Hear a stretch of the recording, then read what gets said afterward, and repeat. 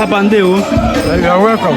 Biko kagakwa anyị ko bụ ma dege na ori odo a na-eme ntanụ. O bujuru m afọ today na anyị nwa bụ ndị omenala be nkwuo na anyị na-eme celebration of our old culture.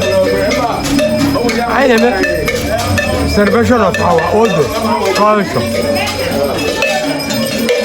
Daalụsọ. Ndị ịma n'ọkwa bụ na ọ na-anụ okwe ba na-eselebrate taa. Yes, obodo anụ okwe ka a na-eme celebration ya today for 2025. For 2025.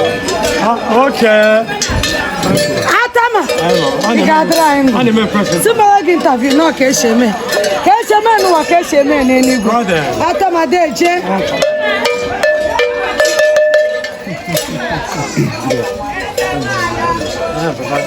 Thank you.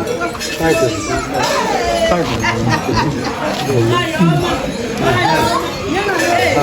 Papa, ndekeni uru ori odo a na-eme ntabara. Uru ọ bara n'ọhịa ndị nna nna anyị mere. Anyị na-eme ncheta enyeta dịka ndị ụka si eme ncheta Krismas ọmụmụ Jesu. Na tata ka anyị na-eme 2025. Anyị na-eme ncheta olili odo anyị tata dịka omenala si wee kwu. Ọzọ anyị ka emekwa ya bụ na 2027. 2027 bụ aka emekwa ya ọzọ. Yes, anyị emekwa ọzọ ruo afọ 2027. Ya not 2 years bụ eji eme. Yes, anyị na-eme ya n'afọ anyị bụ n'afọ anyị bụ.